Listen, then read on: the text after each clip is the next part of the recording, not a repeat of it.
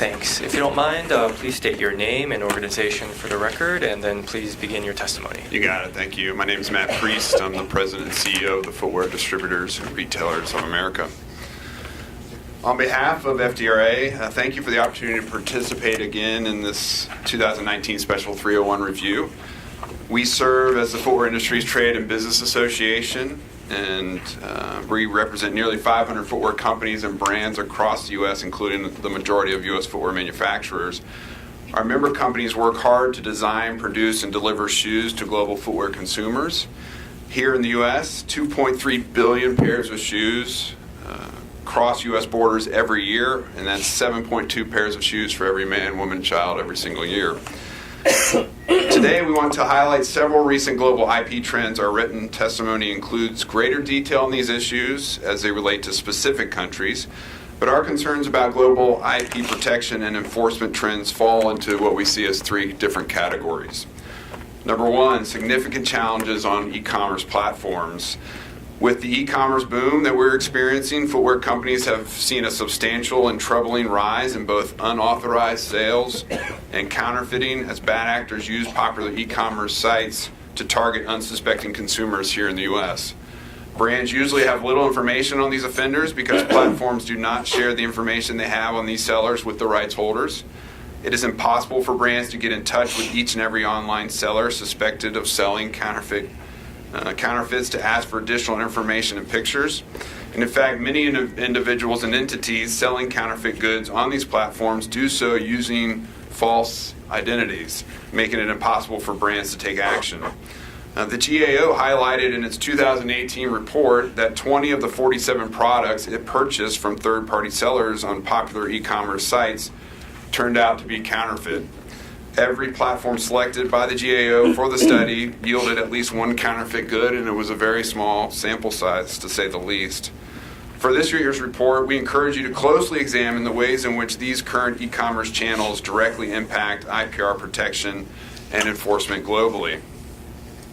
Our second area that we focus on are enforcement gaps.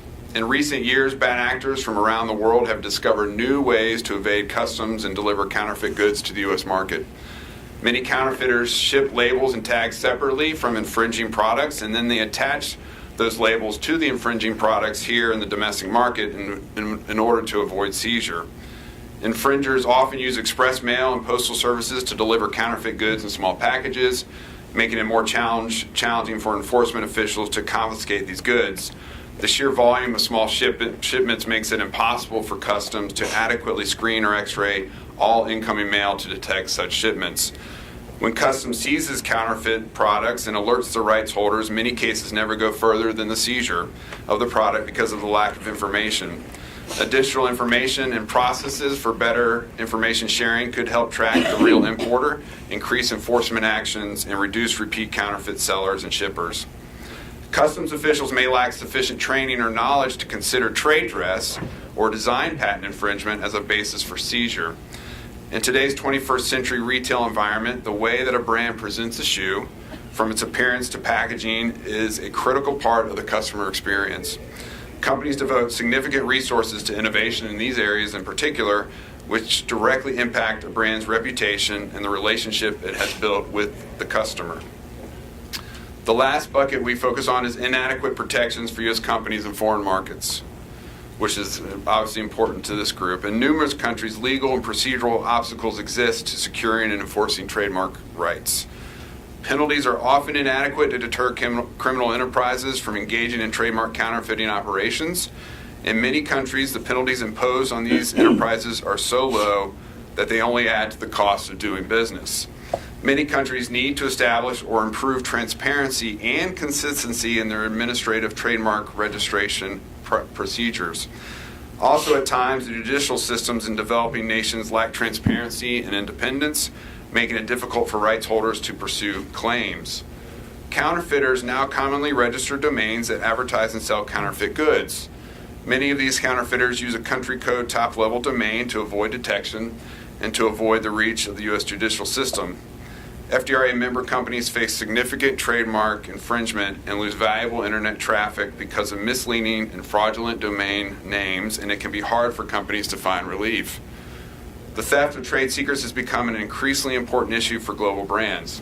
For U.S. companies to grow and compete globally, they must have confidence in the legal protections provided to trade secrets domestically and around the world. At times, foreign governments are complicit in and even participate in the theft of trade secrets. So as the U.S. works to strengthen IP protection and enforcement for American workers and American businesses, we encourage the administration to enter into new bilateral and multilateral trade agreements that will benefit U.S. companies and consumers and include strong IP protections for the 21st century economy. We stand ready to work with the USTR and to bolster respect for and enforcement of IP by our trading partners, because doing so protects American jobs and benefits consumers. Thank you. Thank you very much. For questions, we'll start with USTR. Thank you for your testimony. Sure. You identify several concerns about policies related to intellectual property in various markets. However, you do not make any recommendations about the listing of these countries. How do you think this input should be reflected in the Special 301 report? Are you equally concerned about all trading partners that you mentioned? Yeah, in our written submission, we highlight several companies. China is obviously the #1 creator of counterfeit goods. It's also our #1 supplier of legitimate goods traded, and so we obviously have a concern with China. We have concerns with Russia and Brazil, India, Indonesia. These are all countries for which counterfeit goods are produced and exported to the United States market. And so ensuring that we have engagement with these countries in a bilateral sense, continuing to list them within the Special 301 report, gives us a lot of leverage as we talk with our trading partners, both at the governmental levels as well as the industry levels, because this has to be a collective response. You know, one of the things that we see, particularly with e-commerce, is that there is no domestic market anymore. The e-commerce creates a global market for everyone, everywhere.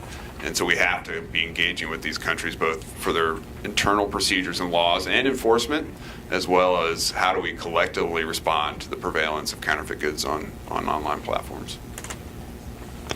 Thank you. The next question is from the U.S. Patent and Trademark Office. Thank you.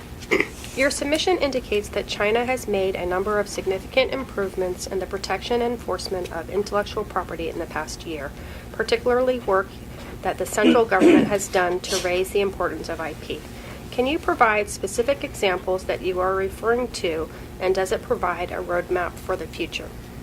I think there is a roadmap for the future. I think that China has seen the need to develop more robust laws as it relates to patent and trademark protection, establishing courts, establishing legal procedures to kind of maneuver through the system to ensure that rights holders' views are upheld, both domestic and foreign rights holders. And so there is a roadmap there, but I think, as I've stated before in front of this group, it's a maturation process.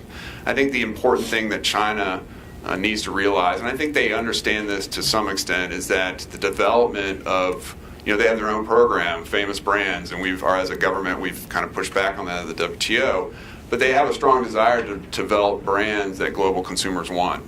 And they have a strong desire to come in with those brands and sell those worldwide. And so if you cannot create an infrastructure, a legal infrastructure, and you're not enforcing that equally amongst the provinces and localities and cities, then you're not going to be protecting the rights of your own domestic brands that you look to kind of put on the global stage. And so that's what we constantly encourage the Chinese to do, to look at it from where do you want to be? How do you want to emulate the United States and certain countries within the EU to develop those global brands? And so I think there's a roadmap there, but there's a lot of ways to go.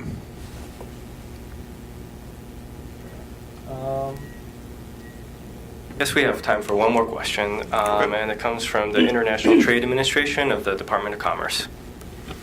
Thank you for your testimony. With regard to India and Indonesia, your submission states that given, quote, given the importance of these two countries to a growing number of U.S. companies that make and sell shoes, much more has to be done to strengthen IP protection and enforcement, end quote. Could you further elaborate your concerns in these countries and also describe what improvements you would like to see? How do these countries' IP protection and enforcement regimes compare to other international markets where your members may do business?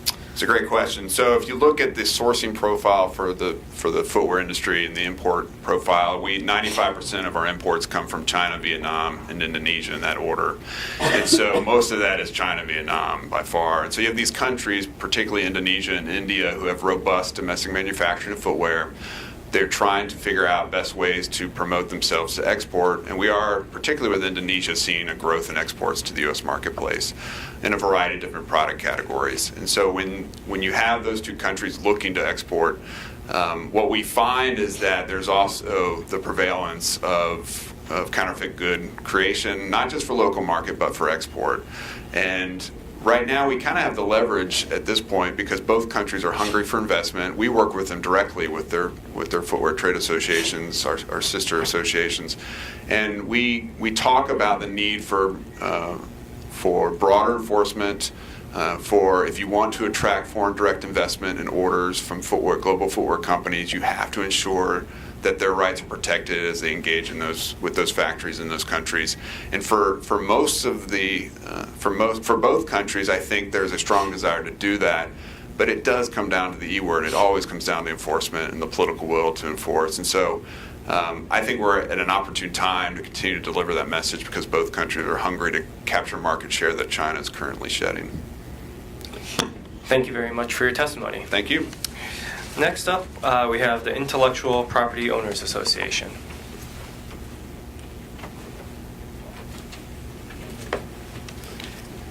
All right. Thank you, and please state your name and organization for the record and begin your testimony. Good afternoon. My name is Mark LaRoche. I'm the Executive Director for the Intellectual Property Owners Association, also known as IPO. On behalf of IPO, I'd like to thank you for the opportunity to testify today and for your continued work in ensuring U.S. trading partners provide adequate and effective protection of intellectual property rights and fair and equitable market access to companies who rely on IP protection. IPO is an international trade association representing companies and individuals from all industries and fields of technology. IPO's membership includes about 200 companies and around 12,000 individuals who participate with the association through their company or as inventors, authors, or law firm members. IPO members make vital contributions to America's economic success by developing advances that drive exports and create jobs. Innovators assume considerable risk and rely on IP to protect investments in new technology. In our comments to the subcommittee, we outline existing and emerging threats to the intellectual property rights of our members. Today, I'd like to highlight two issues that are particularly concerning. The first, a number of foreign initiatives and policies are undermining incentives for innovation historically created by IP protection. Second, technology has made global trade secret theft all the easier, and trade secret protection remains woefully lacking abroad to the detriment of innovators. These issues must be addressed to protect our innovation economy and the American jobs that result from it. Around the world, IP owners face initiatives and policies that undermine the incentive to innovate. Some of these initiatives might not appear at first glance to relate to IP. Nonetheless, upon closer examination, they all undermine the innovative incentive provided by IP protection.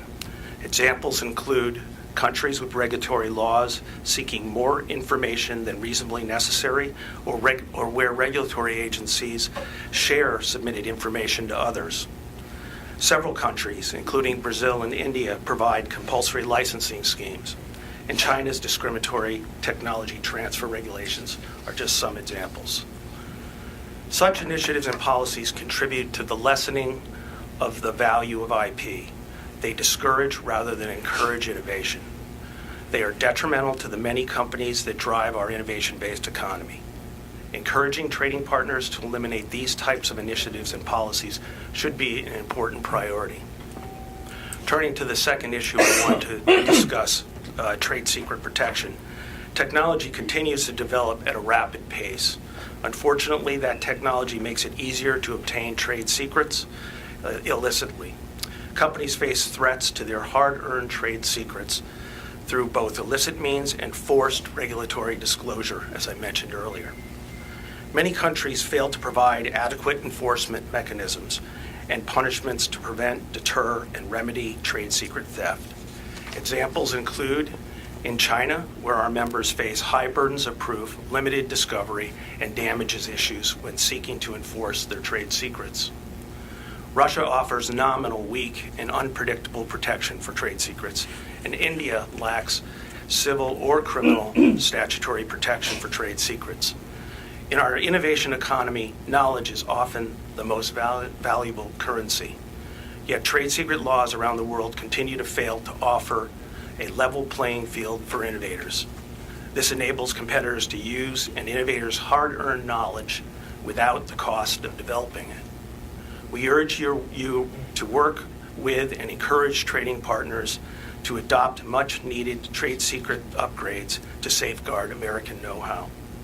In conclusion, innovation-driven jobs depend on high-quality intellectual property regimes. Effective intellectual property protection in foreign markets is vital to American innovators. It enables investment in research and development and technology that results in important offerings in the global marketplace.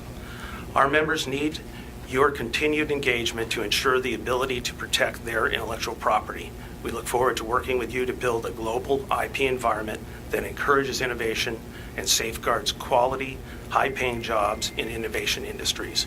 We again thank the subcommittee for its efforts to promote protection of IP rights globally, which will sustain and grow Americans' economy. Thank you. Thank you. We'll begin questions with USTR. Thank you for your testimony. Regarding Mexico, what additional enforcement measures would you recommend Mexico take to combat inconsistent enforcement of patent and trademark rights at its border?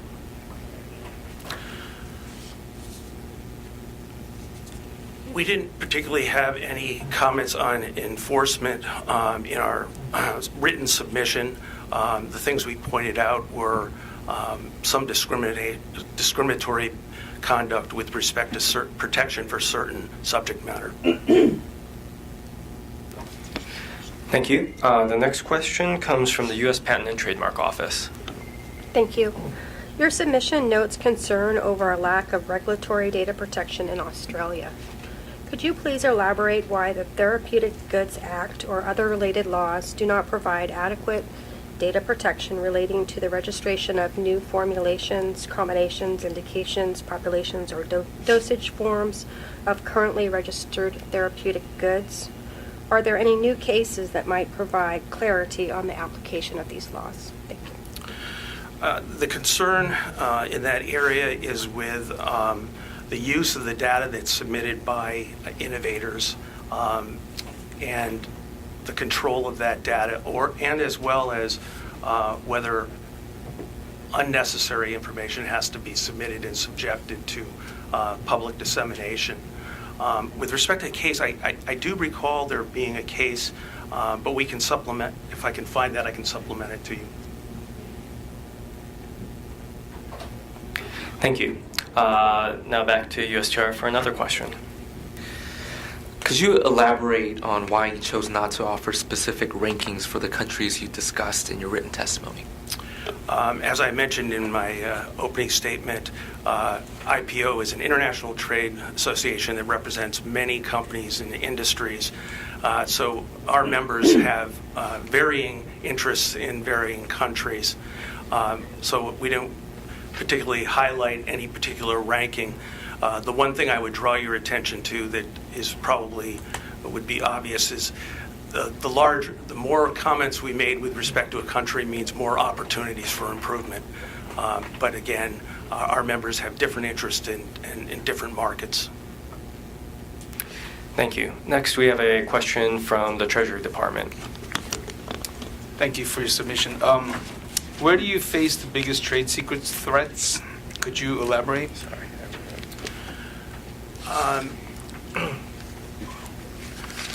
Clearly, anecdotally, I have members ask me and express concerns primarily with China, But it's not just China. Now with the dissemination of trade secrets, usually in electronic form, the trade secret can get disseminated to several countries.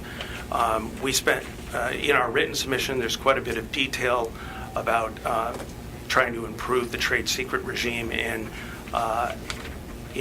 China, but there certainly are significant issues in India. And then there's a lot of countries in Asia that barely have any trade secret laws, but aren't necessarily the larger markets for our members. Thank you very much for your testimony. Next, we have the International Intellectual Property Alliance.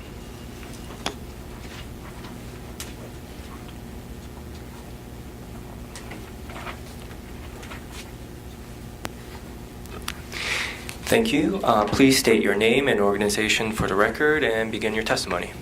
Thank you. My name is Kevin Rosenbaum. I am counsel to the International Intellectual Property Alliance.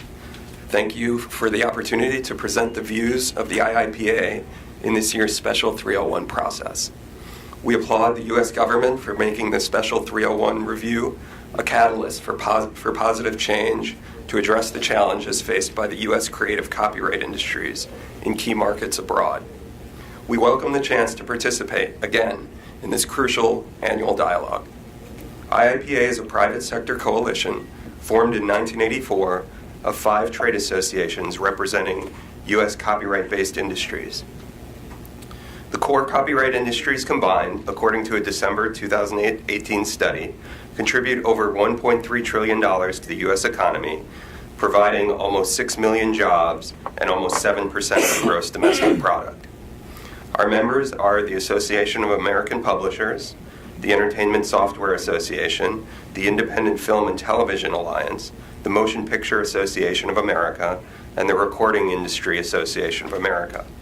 These associations comprise over 3,200 companies producing and distributing materials protected by copyright laws throughout the world. To reach foreign markets through legitimate state-of-the-art distribution channels, these companies rely on 4 main elements: consistent modern standards of copyright protection, efficient copyright enforcement, sound legal structures for licensing, and the elimination of market access barriers. Progress in these areas advances U.S. trade goals while enabling our trading partners to develop and expand their own creative and cultural output.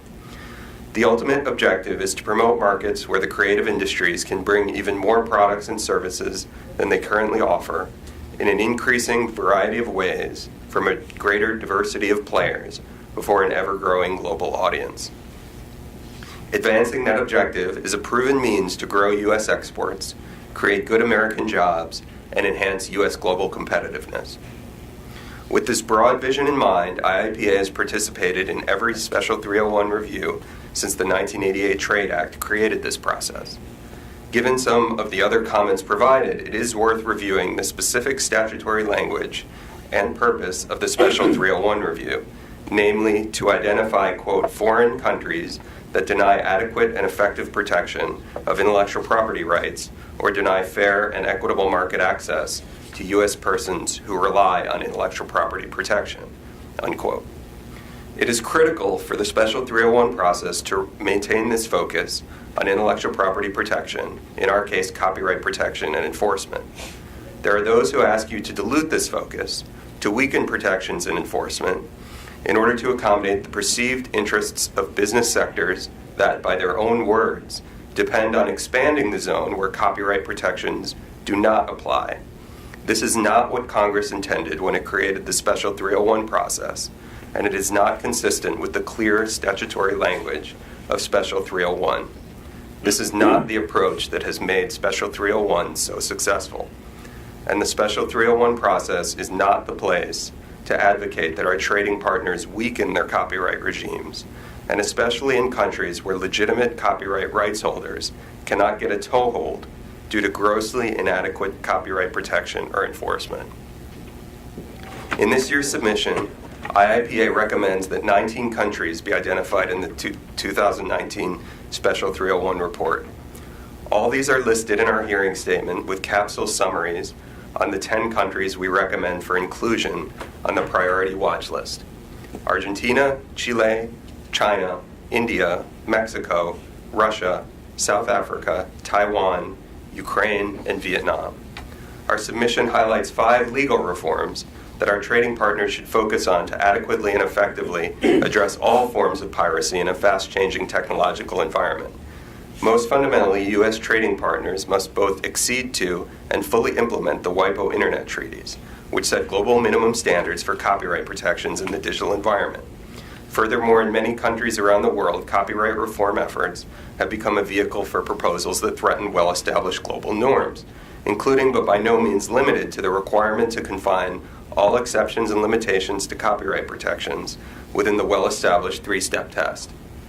The U.S. government should urge U.S. trading partners to adhere to current and evolving global norms, including regarding duration of copyright protection and measures governing collective management organizations. The U.S. government should also ensure that the numerous bilateral and multilateral trade agreements, including the WTO TRIPS agreement, a score of free trade agreements, and a wide range of other bilateral agreements into which the U.S. has entered, realize the goal of opening foreign markets to U.S. goods and services dependent on copyright protection. Our submission also lists 6 enforcement challenges confronting the U.S. copyright industry as seeking to compete in overseas markets, starting, of course, with internet and mobile network piracy, an overarching challenge for all businesses that depend on copyright. The growth of new, fully licensed and legitimate channels for consumers around the world to access creative content in a variety of new and innovative ways has been one of the most encouraging trends in global markets for copyright material. I'm sorry. We're, in terms of the allotted Sure. time, we're getting past 5 minutes, so if you could just wrap it up in a sentence or two, that'd be great. Thank you. Thank you. The health and competitiveness of the U.S. economy depends on a thriving copyright sector that creates revenues, jobs, and exports. But promoting and respecting intellectual property rights and opening markets to products and services that depend on copyright also helps our trading partners. Thank you very much for the opportunity to testify here, and I look forward to your questions.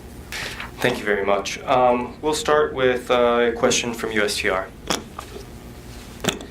Thank you. Your submission urges Chinese enforcement authorities to take action against so-called clone pyramid piracy websites. Can you explain this issue further and describe your efforts to date to alert Chinese enforcement authorities to the problem and their response? Could you also explain which entities would be the target of such enforcement actions, such as the quote-unquote mother site? Thank you very much. Yes, this is a relatively new problem, one that's expanding. It involves sites that essentially entice a user to become their own creator of piracy. So a user will download a plug-in player. I think the most prominent example is the Joonla player, and the user will. And this player is essentially like malware that then allows the user, then there's a back-end infrastructure that permits the user to select content that they can then provide to additional users, and then it's monetized kind of upstream. So it creates this pyramid effect that proliferates, and it's become a growing problem in ways where pirated content is accessed in China. We have brought this to the attention of Chinese enforcement officials, but we have not seen a sustained approach to addressing this problem, and it's one that we remain focused on and hope that China's enforcement authorities will work with us further. Thank you. The next question comes from the U.S. Copyright Office. Regarding South Africa, you note that stakeholder engagement led to further discussion on the Copyright Amendment Bill of 2015. However, it also appears from your submission the subsequent bills, specifically the Copyright Bill of 2018 and the Performers Protection Amendment Bill, designed to address concerns with the 2015 bill, lacked opportunities for stakeholder engagement. can you comment on the public consultation process in place for the Copyright Bill of 2018 and the PPAB? Also, can IIPA please provide a sense of the priorities among the concerns listed in its submission regarding the Copyright Bill of 2018 and the PPAB? Thank you. I appreciate your bringing this up. This bill is a huge concern for us. It includes all kinds of problematic provisions. The two most prominent ones involve infringement of the freedom to contract for rights holders in terms of licensing their rights. And then the other issue is exceptions and limitations that are totally out of step with South Africa's international obligations and really are kind of, in some respects, unique to anywhere in the world. So those are why we have raised this in our submission and in various other forums, and why it's unfortunate that the South African government has not adequately consulted with a broad range of stakeholders. And I guess I will leave it at that, since it looks like time has expired. Thank you very much Thank for your you. testimony. Yeah. Next, we have Knowledge Ecology International.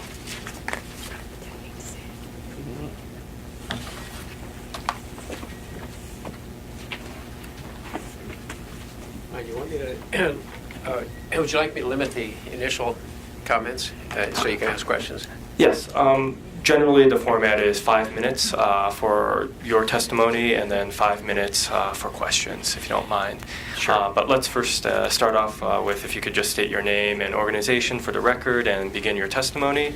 We'll be flashing a 1 minute mark, and then when time's expired, we'll be flashing that as well. Thank you. Sure. My name is James Love. You can call me Jamie. That's also okay. I work for a group called Knowledge Ecology International, which doesn't mean we work on climate change or anything like that. It's just kind of a bad branding exercise we had about 12 years ago that didn't work.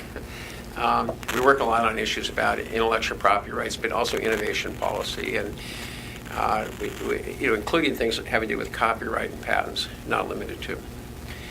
And I submitted a written statement. I'm not going to just read the whole statement. I think you've got that. I think, as you know, that we're consistently trying to protect the flexibility of countries to issue compulsory licenses on medicine. There's now over 100 members of the U.S. Congress and the House of Representatives sponsoring new mandatory compulsory licensing legislation in the United States. There's a big debate about whether Medicare should negotiate prices. We've been telling people if Medicare negotiates prices, but the only option the companies have is to walk away if there's a high price. Something that was raised in the Senate hearing yesterday by the companies. That really puts the patients at risk. And so we see compulsory licensing as an authority the government needs to ensure that there's a negotiation that takes place over what a reasonable price can be. It doesn't result in the patient not getting the coverage. I think everybody here has stories about patients. My wife is starting a new regime of chemotherapy today. We're waiting to find out what the co-payment on this really expensive medicine is. I know that other people face these same problems. She's lucky she's getting this because other patients have not gotten it right away because it's so expensive. And I think that compulsory licensing is what you have to do to be able to protect health budgets and patients. I recognize there's concerns about innovation. And we've consistently argued that we don't want to see a competition between affordability and innovation. We think that however you end up in that competition, it sucks. So what we'd like to see is the emphasis on innovation shift from how much monopoly power you have to incentives which are not based on the price of the drug, particularly market entry awards, which are referred to briefly in our testimony. I'm going to stop right there. Great. Thank you. The first question is from USTR. Thank you for your testimony. what trade-related IP developments that have occurred since April 2018 should this committee consider as it conducts the special 301 review this year? Well, I think that I think what's happening in Europe right now in terms of the copyright reform is something I didn't really mention in my sort of mentioned in our written submission. Is really problematic from our point of view. We publish things around the world. I think other people do too. And it's hard to think of the copyright law in one country as being kind of only a national thing right now, and certainly American companies are involved and have big platforms in social media. But I think that that's one area. You should take note of the fact that the European Union is about ready to issue compulsory licenses on their patent extensions for export to other third-party countries, something the U.S. might consider looking at as well. The SCP reform or the incentive reform, which is I think the first big part of the EU, is the idea that if a monopoly exists in the European Union because of the patent extension, but doesn't exist outside the European Union, they want the European companies to be able to supply those markets with products, even if they can't supply them within the EU. That's something that maybe some American companies might want to take advantage of if you had a similar approach. Thank you very much. The next question is from the Treasury Department. Thank you for your submission.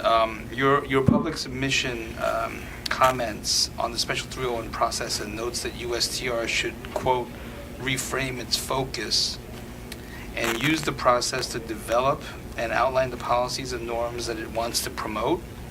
Do you have any specific suggestions for individual countries nominated for or previously included in the Special 301 report? Well, I will mention, as I think mentioned it several times in the past, I think it doesn't do you a service if you keep putting Canada on the anti-piracy list, because they have probably one of the lowest rates of piracy in the planet. So it's sort of weird to me that you'd go after Canada consistently. But from our point, in terms of reshaping the norms, I think that the real interest that the Americans have in the pharmaceutical area is in medical and technology in general is innovation. And I think you should focus on whether or not the policies that countries are engaging in are enhancing the rate of innovation, and whether this but redefine the free rider issue. The free rider issue should not be, do you have patent extensions? Do you have, do you grant, evergreening patents and stuff like that? It should be, what collection of things do you do to support innovation? Now, we have the NIH, we have BARDA, we have research and development programs in the Navy, in the Army, Veterans Administration, all kinds of different places in the U.S. government. And those things are a huge engine for innovation in the United States. There's a lot of countries, for example, Switzerland and other countries that do very little in terms of funding the basic science that the rest of the world kind of basically takes advantage of. We have open access publishing, for example, on articles funded by the NIH, which other countries, some do, but some don't. I think there are policies that would be good for innovation and good for science, just to respond to your question, that are trade related. And I think that if the shift is more about innovation, not just IPR, I know this is an IPR list, but the companies themselves are bringing up drug pricing, for example, which is not an IPR issue. So I think it's fair for me to bring up these other issues. Thank you. The next question is from the Department of Health and Human Services. Thank you. Keeping in mind the legislative mandate for the Special 301 report, how do you suggest that the United States use the report to advance the administration's domestic and foreign policy goals related to pharmaceutical pricing and reimbursement? One feature of the proposal by Secretary Azar domestically is to engage in international reference pricing for certain drugs on Part B of Medicare. For that to take place, you actually have to know what foreign prices are. As has been noted in hearings this week, there's a real lack of transparency, not just in the United States, but in other countries, about what pricing is. So you can't really implement Secretary Azar's proposal with any confidence if you don't know what the U.S. price are, you don't know what the German price, the secret price in the U.K., etc. So to that end, Italy has tabled a resolution in the WHO during the executive board that will be discussed in May. It was proposed as a draft resolution. I've shared it, of course, with your office and also with Karen and with everyone I thought would like it or not like it. It's one of those rare areas where the things that I sort of put forward is actually seems to be consistent with the administration's position, pushing for more transparency on prices. So that's one thing I think could really be helpful. I think also in the past, under the Obama administration, there was a lot of hostility to the idea that the WHO pushed countries to have soft norms on how much they fund medical research to the public sector, for example. And I never really understood that because I thought we were kind of carrying the load for the whole world in some sectors, and I thought other countries would be encouraged to do more. And that would be an area I hope you'd revisit. Thank you. We have time for one more question. This one comes from the International Trade Administration at the Department of Commerce. Thank you for your testimony.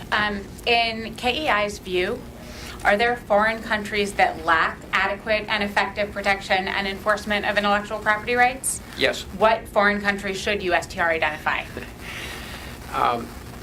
Well, I think there are many countries that where piracy of copyrighted materials, for example, is fairly common. There's a lot of misunderstandings about some of these issues. For example, I'm not aware of any compulsory licenses on patents that have ever been issued for drugs in China, for example, even though if you take a poll, most people think they're doing it every day. But copyright, I think, is one area where there's been a real lack of enforcement. I think part of it is because some of the copyright or pricing models by the publishers in some of those countries aren't realistic given the income of some countries. So I think that I can't give you specifics. Well, I could probably, but I prefer not to without more verification. But I believe that's an issue. And I think on the drug area, I mean, it's tough. I work on compulsory licensing. I mean, almost no compulsory licenses are issued in a given year. It's not like people think it is. It's really, really unusual. And it's really hard to get generic drugs into a country, even through a barter club. I tried to get a cancer drug from India to Egypt for a patient that was facing a $900 a week price, and he made $300 a month. He was contacted by his family. We couldn't get a ship with DHL. We couldn't get. I mean, it was just an absolute nightmare. So I think the problems on the pharmaceutical side are probably a bit overrated. I will say, though, that better enforcement of counterfeit products so they're safe and effective, which the U.S. government's been a leader on, is a good mission.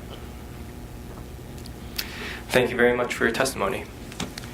Next, we have MFJ International, LLC.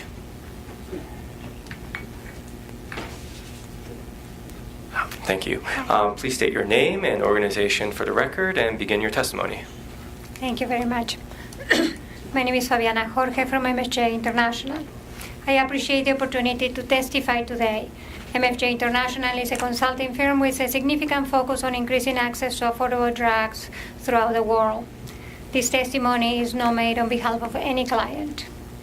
IP provisions are important to provide incentives for the development of new drugs, but they cannot and should not be seen in isolation. As stated by the Federal Trade Commission, competition and patents stand out among the federal policies that influence innovation. Both competition and patent policy can foster innovation, but each one requires a proper balance with the other to do so. Error or systematic biases in how one policy's rules are interpreted and applied can harm the other policy's effectiveness. Therefore, patents and broader intellectual property rights must be seen within the context of competition. The Special 301 review seeks to identify countries that deny adequate and effective protection of intellectual property rights. While for some industries this can be a pretty straightforward exercise, in the case of the pharmaceutical industry, it is much more complex, as the industry has two sides, the originator industry, and the generic biosimilar industry. Therefore, in this case, it is even more critical to strike the right balance between IP laws and regulations and competition policies so that both sides of the industry can thrive to ensure that patients have access to new drugs as well as to more affordable generic and biosimilars. It is critical to have a careful assessment of what constitutes adequate and effective protection, which should not be interpreted as meaning that more protection is better, and it will in fact undermine the necessary balance that must be struck to promote innovation. Hence, the identification of countries based on whether they are providing adequate and effective IP protection should be based on objective criteria that reflects the obligations undertaken by the countries in treaties like TRIPS and bilateral or regional agreements. However, it is deeply concerning that recent trade negotiations like the USMCA lack the necessary balance on intellectual property provisions related to pharmaceuticals. U.S. trade policy has led to new and increasingly higher barriers to entry for generic biosimilar products. This is not just about the markets, other markets, but also for the U.S. market. The clearest example is the fact that the TRIPS agreement changed U.S. law by extending the patent term from 17 years from the day of granting of the patent to 20 years from its filing. This single provision continues to cost billions of dollars to U.S. consumers, payers, and the generic biosimilar industry. Neither trade agreements nor the Special 301 should delay or block the launch of generic or biosimilar products under the pretense of providing adequate and effective protection. Moreover, if such protection undermines the U.S. generic biosimilar industry, it cannot possibly be considered to be providing adequate and effective protection, as trade policies should not take sides to benefit one industry sector at the expense of the other. Trade policy should not undermine but be consistent with other government policies like health initiatives that seek to make drugs more accessible. And we know this is a top priority of this administration. It is deeply concerning that U.S. trade policies are inconsistent and in fact detrimental to other government policies that seek to increase access to affordable drugs. For example, while the July 2018 Biosimilar Action Plan highlights the importance of striking a balance between encouraging and rewarding innovation in drug development and facilitating robust and timely market competition across the spectrum of pharmaceutical products from traditional small molecules to complex products to biologics, the Special 301 seems to focus solely on how to broaden and extend the rights of originator pharmaceutical companies. In our opinion, this needs to change to endorse balanced provisions that allow both sides of the industry to thrive and that way accomplish President Trump's goal of increasing competition and lowering drug prices. In conclusion, we believe that trade policy implemented through the Special 301 review and trade agreements should be adjusted to strike a balance that promotes both innovation and access to affordable drugs. The protection of intellectual property rights as it relates to pharmaceuticals must not be seen in isolation, but within the context of competition.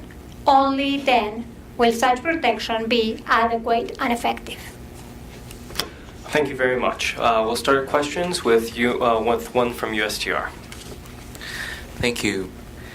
In your opinion, and under the mandate that we have under the Special 301 statute, what is the most useful part of the Special 301 review process annually? I think that one issue that is important is that the Special 301 cannot be looked either in isolation. It has to be connected with trade agreements. So when we say, oh, well, let's identify the countries that are not providing adequate and effective protection, and we look at what are the trade agreements, that should be the objective standard. And if those trade agreements are only siding with one side of the industry, the whole process is undermined. It's not consistent with what the FTC says intellectual property is not an end on itself. Is hopefully the means for innovation, but it has to be in balance with competition. So in terms of what you are asking, I don't think that we can take only the Special 301 and just look only at whether it's providing enough protection. We need to make sure whether that balance is. And in my opinion, that balance is off and for a long time. And is also off with regard to the trade agreements. Thank you. The next question is from the Department of Health and Human Services. Hi. Your submission gives a number of examples of policies and practices that you do not see as appropriate grounds for listing a country in the Special 301 report. Can you provide examples of specific policies and practices that would warrant listing a country in the report? What criteria would strike the appropriate balance that you referenced in your submission? Well, one of the things we are talking about, this is about trade, right? This is about helping the U.S. industries to grow, to sell more, to export more. When we are focusing only on export more, one side of the industry where we are establishing barriers to entry to the other, that's a problem. So in terms of the actual policies, for instance, when it's only, for instance, is in one hand is patent term extensions, but none of the limitations or requirements that are to counterbalance. There's no balance. There is, for instance, focus on exclusivities, but there is nothing about incentives to launch a pharmaceutical product. At the end of the day, what we are trying to do, or I think what we are supposed to do here, is to maximize U.S. exports. And we are not doing that in pharmaceuticals, because these are like communicating glasses. If you give too much protection on one industry, you are actually establishing barriers to entry to the other. And at the end of the day, we are undermining one side of the industry. And in my opinion, for the last 25 years, we have been undermining one side of the industry. For instance, on another policy, we are talking about best mode. Best mode is in U.S. law and is critical, so we are not reinventing the wheel every time. So after patent expiration, society can benefit from this. Well, that is never focused on. We are only cherry picking only the side of the provisions that benefit only to the patent holders at the expense of everyone else. And the problem is sometimes we might fail to just look at this as, oh, well, it's about foreign countries. But this is not about foreign countries. Everything is connected right now. And I have statements from Gottlieb where it says we need economies of scale to be able to give the competition that we need in the domestic market to provide like biosimilars. If we are locking access to U.S. biosimilar companies to other markets because we establish super high levels of intellectual property and they cannot export, they will never reach out that economy of scale. We will not develop the biosimilar industry and we will hurt U.S. consumers as well as the budget and the deficit. It's all connected. All right. Thank you very much for your testimony.